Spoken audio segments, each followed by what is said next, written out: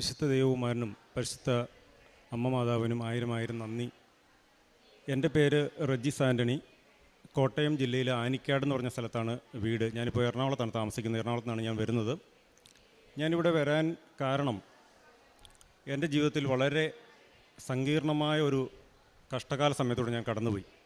അതുവരെ ഞാൻ പ്രാർത്ഥന എല്ലാ ദിവസവും സായാഹ്ന പ്രാർത്ഥന നമ്മൾ ചെല്ലും, ഞായറാഴ്ച പള്ളിയിൽ പോവും, വല്ലപ്പോഴും ഒരു വാർഷിക ധ്യാനത്തിലോ മറ്റോ പങ്കെടുക്കും എന്നല്ലാതെ ഞാനൊരു വലിയ ദൈവവിശ്വാസിയോ അങ്ങനെ സ്ഥിരമായി പ്രാർത്ഥനകളിലും ഉപവാസങ്ങളിലും പങ്കെടുക്കുന്ന ഒരാളോ ആയിരുന്നില്ല. പക്ഷേ നമ്മൾ സത്യസന്ധമായി ജീവിച്ചാൽ മതി, നമ്മുടെ പ്രവൃത്തികൾ മറ്റുള്ളവരെ ഉപദ്രവിക്കാതെ നമ്മൾ നമ്മുടേതായ വഴിയിലൂടെ പോയാൽ മതിയെന്ന് വിചാരിച്ചിരുന്ന എനിക്ക് ഞാൻ 2000 ആണ്ടിൽ സിനിമാ രംഗത്ത് വന്നാണ്. ഞാൻ MCOM പഠനം കഴിഞ്ഞ് മാക്ട ചലച്ചിത്ര കളരിയിലൂടെ ഡയറക്ഷൻ കോഴ്സ് പഠിച്ച് സിനിമയിൽ വന്നാണ്. അന്ന് മുതൽ ഞാനൊരു സ്വതന്ത്ര സംവിധായകനാകാനുള്ള ആഗ്രഹത്തോടു കൂടി പ്രവർത്തിക്കുകയായിരുന്നു. 2015 ഒരു സെക്കൻഡ് ക്ലാസ് യാത്ര എന്ന സിനിമയായിരുന്നു എനിക്ക് ആദ്യമായി ചെയ്യാനായിട്ടൊരു അവസരം കിട്ടിയത്. വിനീത് ശ്രീനിവാസനൊക്കെ അഭിനയിച്ച സൂപ്പർ ഹിറ്റായിട്ടുള്ള സിനിമ. അത് കഴിഞ്ഞ് 2024 ഇപ്പോൾ ഞാൻ നിൽക്കുന്ന ഈ സമയം വരെ എൻ്റെ ജീവിതത്തിൽ കടന്നുപോയ പരീക്ഷണ കാലഘട്ടം സത്യം പറഞ്ഞാൽ ഒരു മനുഷ്യൻ ഓർക്കാൻ സാധിക്കാത്ത വിധം അത്രയും കഷ്ടകാലം പിടിച്ച ദിവസങ്ങളായിരുന്നു. അപ്പോൾ അതിസങ്കീർണമായ പ്രശ്നങ്ങളോട് കടന്നു പോയിക്കൊണ്ടിരിക്കുമ്പോൾ എന്നോടൊരു സുഹൃത്ത് പറഞ്ഞു, തൃശ്ശൂരുള്ള ഒരാളാണ്, അദ്ദേഹം ഇവിടെ വന്നിട്ടില്ല. ഞാനിന്ന് കൃപാസനത്തെക്കുറിച്ച് കേട്ടിട്ടുണ്ട്, കൃപാസനം പത്രം അവിടെ ഇവിടെയൊക്കെ കണ്ടിട്ടുണ്ട്, പലരും പത്രം വിതരണം ചെയ്യുന്നത് കണ്ടിട്ടുണ്ട്, ഞാൻ വായിച്ചിട്ടുണ്ട്, അതിലെ അനുഭവ സാക്ഷ്യങ്ങൾ വായിച്ചിട്ടുണ്ട്, എന്നാലും ഞാനിവിടെ വന്നിട്ടില്ല. ഇതിൻ്റെ മുന്നിൽ കൂടെ ഞാൻ കടന്നു പോയിട്ടുണ്ട്. അപ്പോൾ എന്നോട് ഈ സുഹൃത്ത് പറഞ്ഞു, അദ്ദേഹത്തിൻ്റെ വീടിൻ്റെ അടുത്ത് ഒരു അപ്പാപ്പന് തലയിൽ ഒരു ചെറിയ ബ്രെയിൻ ട്യൂമറിൻ്റെ ഒരു സ്റ്റാർട്ടിംഗ് ആണ്.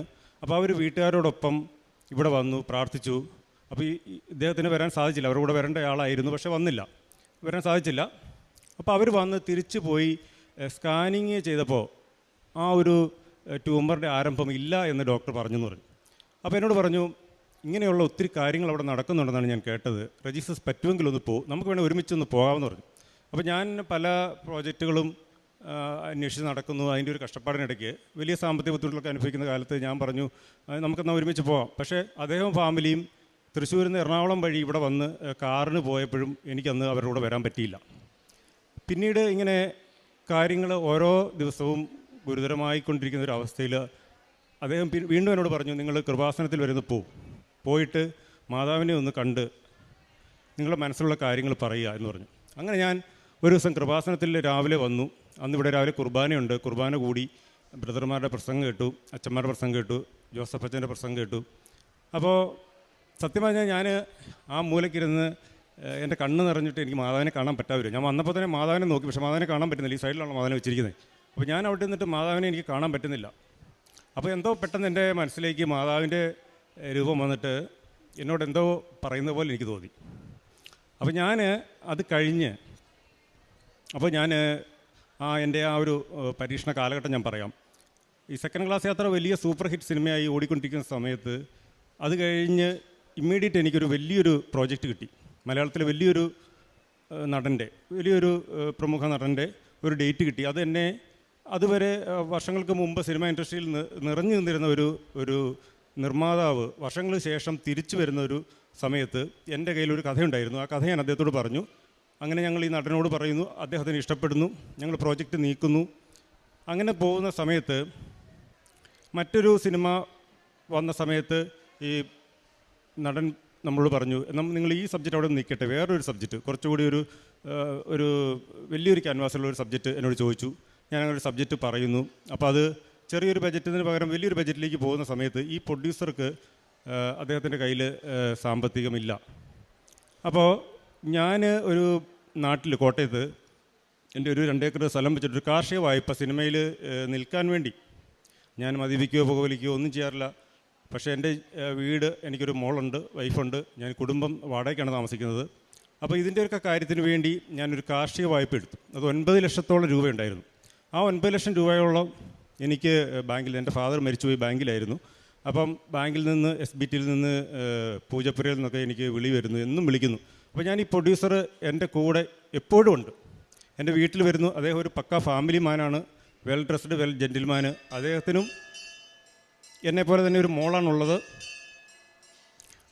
അവർക്ക് ഒരു ട്രീറ്റ്മെൻറ്റ് ഒക്കെ കഴിഞ്ഞിട്ട് കുറേ കഴിഞ്ഞിട്ടാണ് ഒരു കുട്ടി ഉണ്ടാകുന്നത്. അപ്പോൾ വളരെ അറ്റാച്ച്ഡ് ആയിട്ടുള്ള ഫാമിലിയാണ്. അപ്പോൾ അവർ നമ്മുടെ വീട്ടിൽ വരുന്നു. ഞാൻ അദ്ദേഹത്തെ പൂർണ്ണ വിശ്വാസത്തിലെടുക്കുന്നു. അദ്ദേഹം എൻ്റെ ചേട്ടനെ പോലെ എൻ്റെ കൂടെ തന്നെ എപ്പോഴും ഉണ്ട്. അദ്ദേഹം എന്നോട് പറയുന്നു, നിൻ്റെ ലോണ് അവിടെ നിന്നൊക്കെയുള്ള പ്രഷർ കാരണം നിനക്ക് സ്ക്രിപ്റ്റ് നല്ല രീതിയിൽ എഴുതാൻ പറ്റാത്തതുകൊണ്ട് ഞാനൊരു കാര്യം ചെയ്യാം, നിന്നെ ഒന്ന് ഞാൻ സഹായിക്കാം. നമുക്ക് ഈ നടന് ഇമ്മീഡിയറ്റ് ആയിട്ട് വലിയൊരു എമൗണ്ട് കൊടുക്കണം. അപ്പോൾ ഈ എൻ്റെ ലോണിന് ഒരു ആശ്വാസം കിട്ടും. അദ്ദേഹത്തിന് കുറച്ച് ഫണ്ട് ഒന്ന് ഈ നടന് കൊടുക്കാൻ വേണ്ടി എന്നെക്കൊണ്ട് എൻ്റെ 2 ഏക്കർ സ്ഥലം പ്ലഡ്ജ് ചെയ്യിക്കുകയാണ്. പ്ലഡ്ജ് ചെയ്യിച്ച് വലിയൊരു തുക എടുക്കുന്നു. എന്നോട് പറയുന്നു, ഈ ആർട്ടിസ്റ്റുകൾക്കൊക്കെ പൈസ കൊടുത്തു, പ്രോജക്റ്റ് ഉടൻ തന്നെ ഉണ്ടാകും, 4 മാസത്തിനുള്ളിൽ പ്രോജക്റ്റ് ഉണ്ടാകും, എനിക്ക് വലിയൊരു ശമ്പളം പറയുന്നു. അങ്ങനെ ഞാനിതിന് പുറമെ തമിഴിലെ വലിയ 2 നടന്മാരെ കൂടെ ഈ സിനിമയിൽ കാസ്റ്റ് ചെയ്യുന്നു. അവരോട് പോയി കഥ പറയുന്നു. അവരെ ഒന്നും എനിക്ക് പരിചയമില്ല. ഈ 3 നടന്മാരെ എനിക്ക് യാതൊരു പരിചയമില്ല. എല്ലാവരുടെ അടുത്തും ഞാൻ കഥ പോയി പറഞ്ഞ ആ ഒരു പരിചയം മാത്രമേ ഉള്ളൂ. അവരെല്ലാം നല്ലപോലെ എന്നോട് എൻ്റെ സബ്ജക്റ്റ് കേട്ടിട്ട് മാത്രം സമ്മതിക്കുന്നു. വലിയൊരു ക്യാൻവാസിൽ ബൈലിംഗ്വലായിട്ട് തമിഴിലും മലയാളത്തിലുമായി സിനിമ ചെയ്യാനൊരു അവസരം എനിക്ക് വരികയാണ്.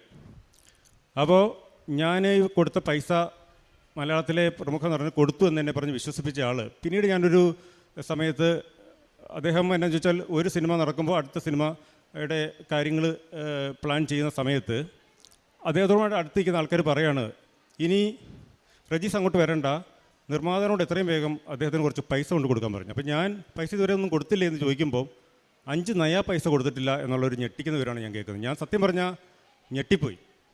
എൻ്റെ കയ്യിൽ നിന്ന് വാങ്ങിച്ച പൈസ അവിടെ കൊടുത്തിട്ടില്ല. പക്ഷേ അതൊരു പൂർണ്ണമായി എന്നെ അതുവരെ എൻ്റെ കൂടെ നിന്ന് ചതിക്കുകയായിരുന്നു എനിക്ക് മനസ്സിലായി. സത്യം പറഞ്ഞാൽ ഞാൻ എന്ത് ചെയ്യണം എന്നറിയാമല്ല നിന്നു. ഞാൻ പലരോടും അദ്ദേഹത്തെക്കുറിച്ച് അന്വേഷിച്ചപ്പോൾ വലിയ വലിയ തട്ടിപ്പുകൾ നടത്തി വലിയ സിനിമകളൊക്കെ മുന്നേ ചെയ്ത ആളാണ്. അദ്ദേഹം ഇവിടുന്ന് രക്ഷപ്പെട്ട് വിദേശ രാജ്യങ്ങളിൽ പോയി അവിടെ നിന്നൊക്കെ തിരിച്ചു വന്ന് ഇപ്പോൾ മലയാളത്തിലൊരു അനുകൂല സാഹചര്യം ഉണ്ടാക്കി വന്നതാണ്. പക്ഷേ അദ്ദേഹത്തിൻ്റെ കയ്യിൽ പൈസയില്ല. ഞാനിതറിഞ്ഞു എന്ത് ചെയ്യണം. എൻ്റെ സ്ഥലം പോയി അന്വേഷിക്കുന്നു. എനിക്ക് ചെക്ക് തരുന്നു. ചെക്ക് പലതവണയായിട്ട് മടങ്ങുന്നു. എൻ്റെ സ്ഥലം വേറൊരാളുടെ കയ്യിലേക്ക് ഇയാൾ മറിച്ചു വയ്ക്കുന്നു. 50 ലക്ഷത്തിൻ്റെ സ്ഥാനത്ത് 90 ലക്ഷത്തിലേക്ക് അയാളത് മറിച്ചു വയ്ക്കുന്നു. എൻ്റെ കയ്യിൽ നിന്ന് എൻ്റെ കിടപ്പാടം വരെ പോകുന്നു. ഞാൻ വാടക വീട്ടിൽ താമസിക്കുന്നു. 5 മാസം വാടക കൊടുക്കാനില്ല. എൻ്റെ വണ്ടി വിൽക്കുന്നു. നിരവധിയായ പ്രശ്നങ്ങൾ. ഞാൻ അപ്പോഴാണ് ഈ കൃപാസനത്തിലേക്ക് ആദ്യമായി വരുന്നത്. ആദ്യമായി വന്ന് ഞാൻ അച്ഛൻ്റെ പ്രസംഗം കേട്ടു. ഇവിടുന്ന് പോയി. അപ്പോൾ എനിക്ക് ഇതിൻ്റെ ബന്ധപ്പെട്ട ആൾക്കാരോട് പറയാനുള്ള ഒരു ധൈര്യം വന്നു. അതുവരെ എനിക്ക് ധൈര്യമില്ലായിരുന്നു. കാരണം ഞാൻ ഇത് പറഞ്ഞാൽ എൻ്റെ സിനിമ ഭാവിയെ അത് ബാധിക്കുമോ, അല്ലെങ്കിൽ ഇവരൊക്കെ വലിയ വലിയ ആൾക്കാരാണ്, അപ്പോൾ നമുക്ക് എന്ത് ചെയ്യാൻ പറ്റും. നമ്മളൊരു തുടക്കക്കാരൻ, ആദ്യം ഒരു സിനിമ ചെയ്തു, അത് വിജയിച്ചു, അത് മാത്രമേ എനിക്കുള്ളൂ അഡ്രസ്സ്. പക്ഷേ മാതാവ് ഇവിടുന്ന് പറഞ്ഞു, ധൈര്യമായിട്ട് നീ പോയി പറയുക. ഞാൻ പ്രധാന നടനോട് പറയുന്നു.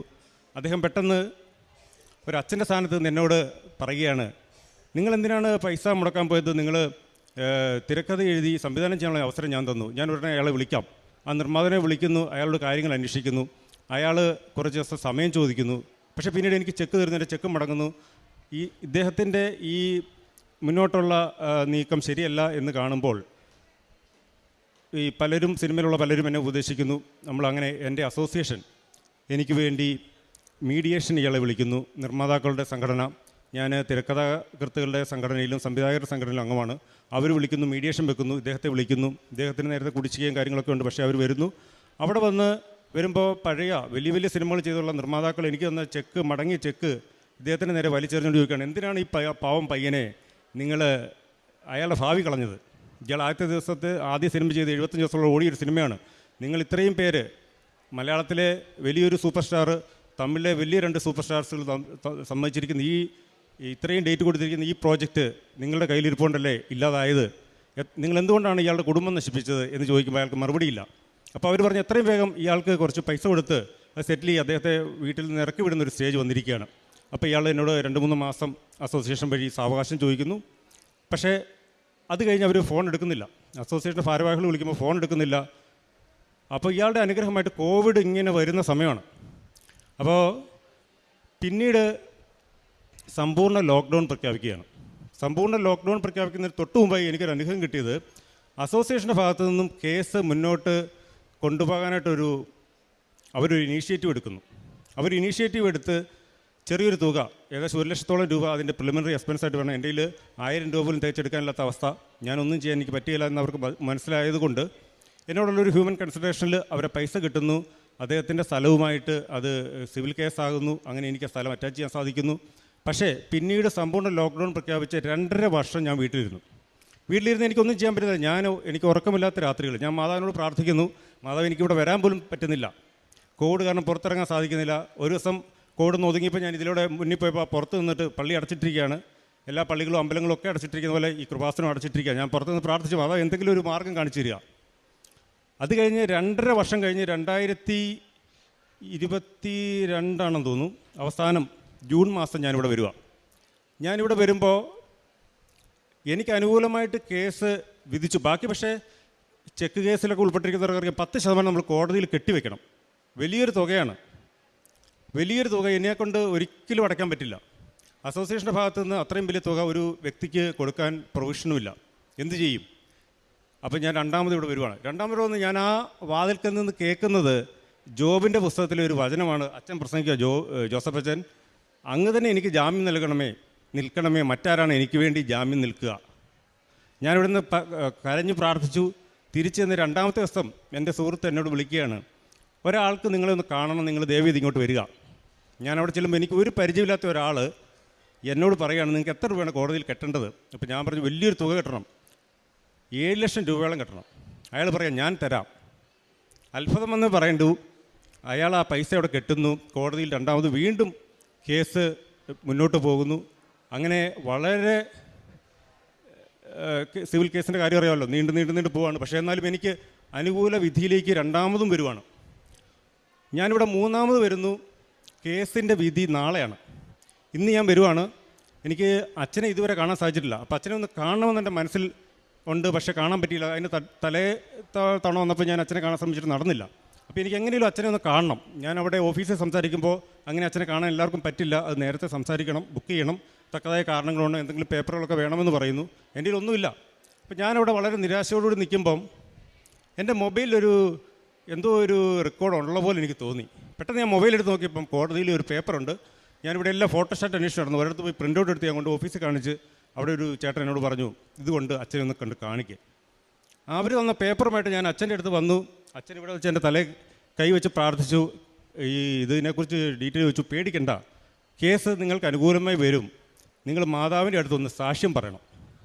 അച്ഛനൊരു മരീൻ മെഡൽ എനിക്ക് തന്നു. മെഡലുമായി ഞാൻ പോയി. 2ാമത്തെ ദിവസം നാളെ കോടതിയാണ്. കോടതിയിൽ ആ സമയത്ത് ഈ നിർമ്മാതാവ് 21 ദിവസമായി ജയിലിൽ കിടക്കുകയാണ്. വണ്ടി തട്ടിപ്പ്, പണയത്തിന് വണ്ടി എടുക്കുക. അങ്ങനെ അയാൾ വർഷങ്ങളോളം പലരെയും പറ്റിച്ച് നടന്നിട്ട് എൻ്റെ കേസിന് എനിക്ക് അനുകൂലമായി വിധി വരുന്ന സമയത്ത് അദ്ദേഹം ജയിലിലാണ്. എനിക്ക് കേസ് അനുകൂലമായിട്ട് വരുന്നു. അത്ഭുതം എന്ന് പറയണ്ടേ, ഇപ്പോഴും സിവിൽ കേസ് അത് വിധി നടത്തിപ്പിലേക്ക് പോയിരിക്കുകയാണ്. അപ്പോൾ ഞാൻ അടുത്ത തവണ വരുമ്പോൾ എൻ്റെ സിനിമ പല പ്രോജക്റ്റുകളും ഞാൻ ആലോചിച്ചു. ഈ പ്രോജക്റ്റ് വലിയൊരു ക്യാൻവാസിൽ ഔട്ട്ഡോർ ചെയ്യേണ്ട കേസാണ്. അപ്പോൾ എന്ന് വെച്ചാൽ ഈ കോവിഡിൻ്റെ സമയത്ത് എല്ലാവരും ഇൻഡോർ സിനിമകളിലേക്ക് പോയി. അപ്പോൾ ഔട്ട്ഡോർ വലിയ ക്യാൻവാസ് വലിയ ആൾക്കാരെ വെച്ചിട്ട് ചെയ്യാൻ പറ്റാത്തൊരു സാഹചര്യമാണല്ലോ. അപ്പോൾ ഇൻഡോർ സിനിമകൾ ആലോചിക്കുന്ന സമയത്ത് എൻ്റെ സിനിമ അങ്ങനെ ഫ്രീസായി നിൽക്കുകയാണ്. അപ്പോൾ ഞാൻ പല പ്രോജക്റ്റുകൾ അയച്ചു, ഒന്നും നടക്കുന്നില്ല. ഞാൻ അടുത്ത തവണ 4ാമത്തെ തവണ ഇവിടെ വരുന്നു. ഞാൻ പ്രാർത്ഥിക്കുന്നു, എനിക്ക് എന്തെങ്കിലും എൻ്റെ തൊഴിലൊരു ഒരു ഇത് വരണം. അപ്പോൾ അതിന് മുമ്പ് ഞാനൊരു സത്യം പറഞ്ഞാൽ ഇവിടെ വന്ന് ഇത്രയും കാര്യങ്ങൾ എൻ്റെ ജീവിതത്തിൽ നടന്നെങ്കിലും എന്നോട് പലരും പറയുന്നു, നിങ്ങളുടെ സിനിമ നടക്കുന്നില്ല, എന്താണ് ചെയ്യേണ്ടത്? അപ്പോൾ സിനിമ നിങ്ങൾക്കറിയാമല്ലോ, സിനിമക്കാരെന്ന് പറഞ്ഞാൽ ഭയങ്കരമായുള്ള അന്ധവിശ്വാസികളും എന്ത് പറഞ്ഞാലും അവർ ആ വഴി പോവും. എന്നുവെച്ചാൽ സിനിമ ഇല്ല, അപ്പോൾ നിങ്ങളോട് പറയണം ഇങ്ങനെ ചെയ്യണം അങ്ങനെ ചെയ്യണം. അപ്പോൾ എന്നോട് ഒരാൾ പറഞ്ഞു, നിങ്ങളൊരു കാര്യം ചെയ്യുക, ഒരു ജ്യോതിഷൻ്റെ അടുത്ത് പോയിട്ട് നിങ്ങളുടെ സമയമൊന്ന് നോക്ക്. അപ്പോൾ ഞാനൊരു ദുർബല നിമിഷത്തിൽ എനിക്ക് തോന്നി, എന്നാലെന്നാ ഒന്ന് പോയി നോക്കിയാലോ. ഞാൻ അവിടെ ചെന്നു.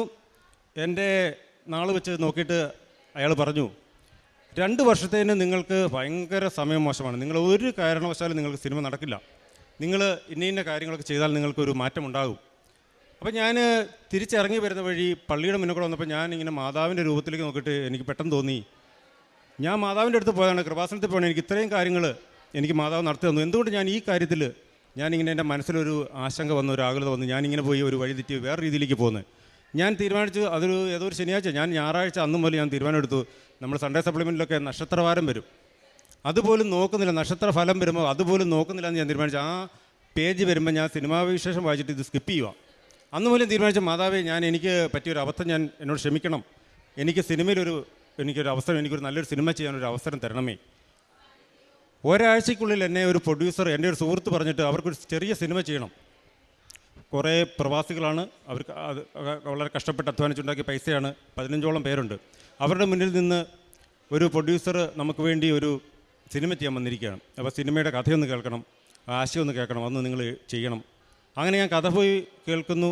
അത് ഞാനും വൈഫും കൂടെ അതിൻ്റെ തിരക്കഥ സംഭാഷണം എഴുതുന്നു, അത് സംവിധാനം ചെയ്യുന്നു. വളരെ യാദൃച്ഛികമായി ആ 4ാമത് ഇവിടെ വന്ന് ഞാൻ ഇനി നക്ഷത്രഫലം അങ്ങനെയുള്ള കാര്യങ്ങൾ നോക്കുകയില്ല എന്ന് പറഞ്ഞ് ഞാൻ പോയ ഞാൻ ഒരാഴ്ചക്കുള്ളിൽ എനിക്ക് അടുത്ത പ്രോജക്റ്റ് വരികയാണ്. 2 വർഷത്തിന് എൻ്റെ സമയം ശരിയല്ല എന്ന് പറഞ്ഞാൽ എനിക്ക് ഒരാഴ്ച കഴിഞ്ഞ് സിനിമ വരികയാണ്. ആ സിനിമയാണ് ഇപ്പോൾ തിയേറ്ററിൽ ഓടിക്കൊണ്ടിരിക്കുന്ന സ്വർഗം എന്ന സിനിമ. എനിക്ക് നിങ്ങളോട് പറയാനുള്ളത്, എത്ര നിരാശരാണെങ്കിലും മാതാവ് നിങ്ങളെ കൈവിടിയില്ല. എനിക്കിതുപോലെ വേറെ സാക്ഷ്യങ്ങൾ പറയാനുള്ളത്, എൻ്റെ കൂടെ സിനിമയിൽ വർക്ക് ചെയ്യുന്ന ഒരു മൂത്ത ചേട്ടൻ, അദ്ദേഹത്തിന് 9 വർഷമായിട്ടൊരു കേസ് നടന്നുകൊണ്ടിരിക്കുക. അവർ ഓർത്തഡോക്സ് സമുദായക്കാരാണ്. അപ്പോൾ അവർ ഒരു ഫ്ലാറ്റിൽ താമസിക്കുമ്പോൾ അവിടുന്ന് മലിനജലം അപ്പുറത്തെ ഒരു പറമ്പിലേക്ക് ഒഴുക്കി. അവിടുത്തെ സ്ഥലവും ഹൗസ് ഓണറുമായിട്ട് കേസ് നടക്കുക. അപ്പോൾ ഞാൻ പറഞ്ഞു, അവർ അസോസിയേഷൻ സെക്രട്ടറി, അവർ ഹൗസ് ഓണറല്ല, വാടകയ്ക്ക് താമസിച്ചപ്പോൾ അവർ തൽക്കാലം അവരെല്ലാം പുറത്തുള്ളവരാണ്, NRIs ആണ്, അമേരിക്കയിലും ഓസ്ട്രേലിയയിലൊക്കെ ഉള്ളവരുടെയാണ്. അപ്പോൾ ഇവരെ തൽക്കാലത്തിന് പിടിച്ച് ഈ സെക്രട്ടറി സ്ഥാനത്ത് നിർത്തി അവർക്കെതിരെ കേസ് നടന്നുകൊണ്ടിരിക്കുക. ഞാൻ പറഞ്ഞു, അപ്പോൾ നിങ്ങൾക്ക് പറഞ്ഞുകൂടെ കോടതിയിൽ? കോടതി വിശ്വസിക്കുന്നില്ല. അപ്പോൾ ഞാൻ പറഞ്ഞു, കൃപാസനത്തിൽ ഒന്ന് പോവാ. അങ്ങനെ അവർ 1 മാസം ഇവിടെ കൃപാസനത്തിൽ വന്നു. തൃശ്ശൂരിൽ നിന്ന് ചേർത്തല വന്ന് റെയിൽവേ സ്റ്റേഷനിൽ ഇറങ്ങി ഇങ്ങോട്ട് വരാൻ പറ്റുന്നില്ല, ഭയങ്കര മഴ. അപ്പോൾ അവർ ടാക്സി പിടിച്ച് ഇവിടെ വന്നപ്പോഴും സമയം പോയി, ഉടമ്പടി എടുക്കാൻ പറ്റിയില്ല. 2 ദിവസം കഴിഞ്ഞ് അവരുടെ കേസിൻ്റെ ഫൈനൽ ഹിയറിംഗ് നടക്കുകയാണ്. അതുവരെയുള്ള അവർ യഥാർത്ഥ ഓണർമാരല്ല എന്ന് കോടതി കണ്ടിട്ട് അവരെ വെറുതെ വിടുകയാണ്. അത് കഴിഞ്ഞ് അവരിവിടെ ഒരാഴ്ചക്കുള്ളിൽ വന്ന് ഉടമ്പടി എടുത്തു. അതുപോലെ എൻ്റെ വൈഫിൻ്റെ ചെവിയുടെ പിന്നിലൊരു ചെറിയ ഒരു തടിപ്പ്, ഒരു സിസ്റ്റ് പോലെ. അപ്പോൾ അവൾക്ക് ഈ തല കുളിച്ച് കഴിയുമ്പോൾ തലനീര് ഇങ്ങനെ ഇറങ്ങും. അപ്പോൾ ഡോക്ടർ പറഞ്ഞു, ഇത് ചെറിയൊരു സിസ്റ്റാണ്, ഒരു കാര്യം ചെയ്ത് വെച്ചോണ്ടിരിക്കേണ്ട, നിങ്ങൾ സ്കാനിങ് ചെയ്ത് നോക്ക്. ഇപ്പോൾ സ്കാനിങ് ചെയ്ത് നോക്കി, ഒരു ജനറൽ ഒരു MD വലിയ പ്രഗത്ഭനായ ഡോക്ടറാണ് ഇത് പറയുന്നത്.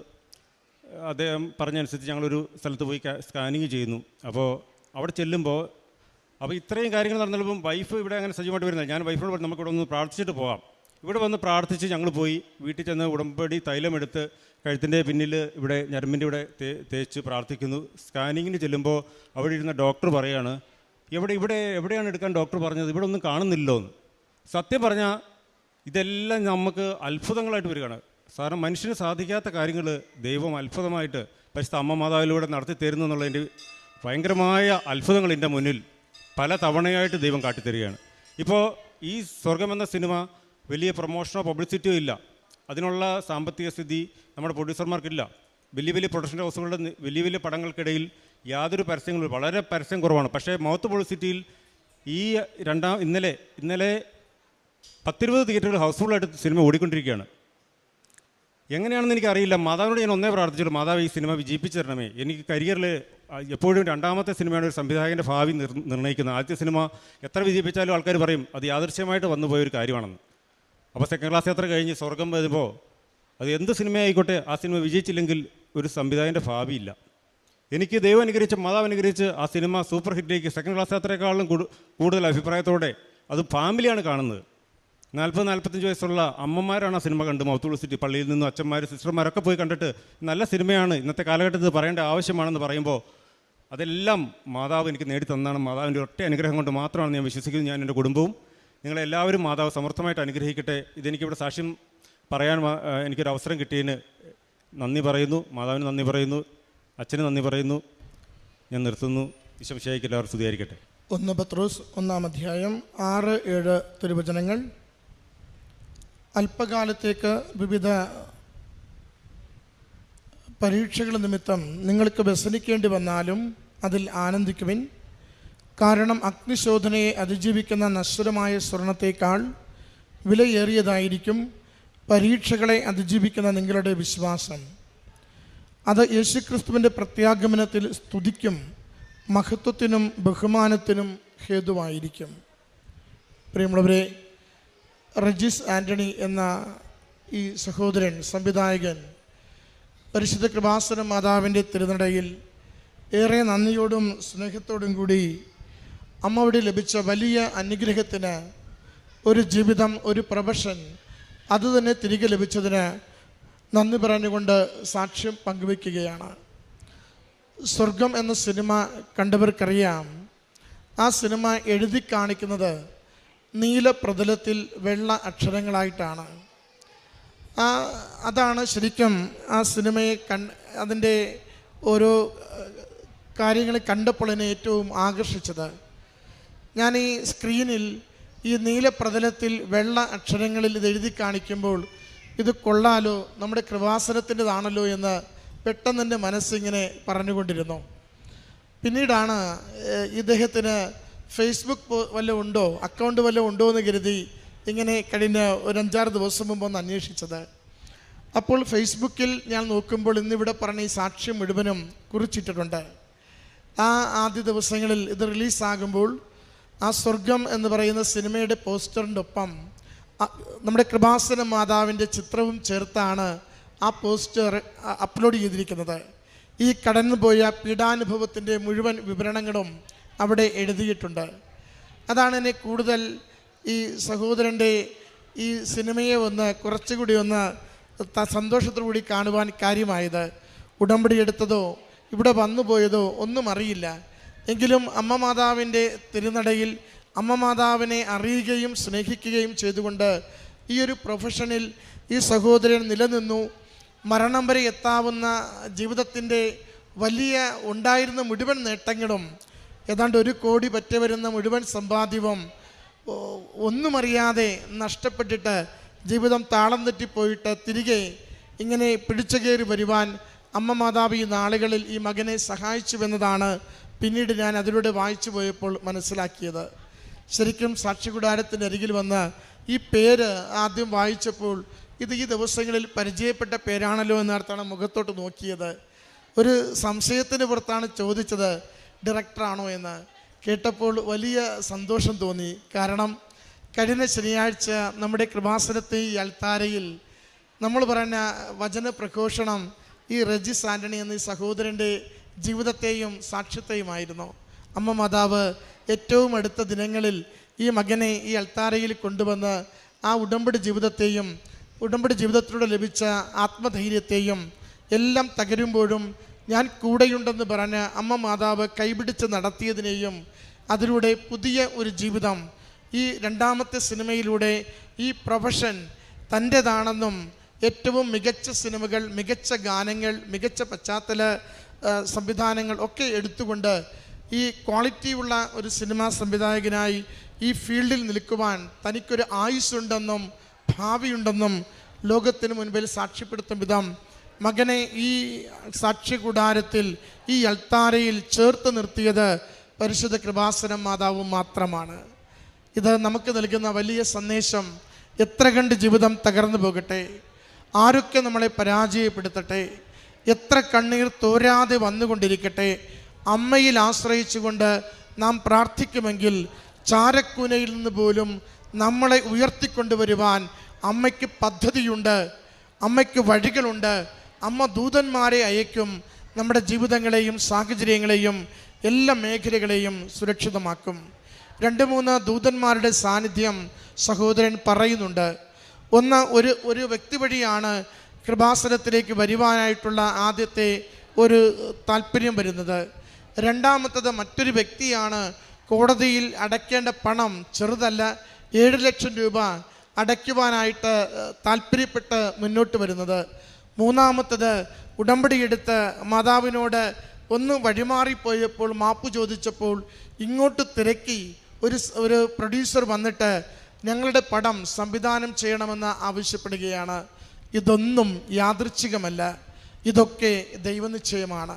അതുകൊണ്ട് പരിശുദ്ധ അമ്മ മാതാവിൻ്റെ കരം ചേർത്ത് പിടിക്കുമ്പോൾ അമ്മ മാതാവ് നാം അറിയാത്ത വഴികളിലൂടെ നമുക്ക് ഏറ്റവും നന്മയായ ഇടങ്ങളിലേക്ക് നിരന്തരം നയിച്ചുകൊണ്ടിരിക്കും. അതിൻ്റെ നല്ല ജീവിതവും നല്ല സാക്ഷ്യവുമാണ് ഈ സഹോദരൻ നമ്മുടെ മുമ്പിൽ പങ്കുവയ്ക്കുക. അമ്മ മാതാവ് വഴി ഈ സഹോദരന്, ഈ കുടുംബത്തിന്, പ്രത്യേകിച്ച് ഈ പ്രൊഫഷന് തമ്പുരാൻ നൽകിയ എല്ലാ അനുഗ്രഹങ്ങളെയോർത്ത് നന്ദി പറയാം.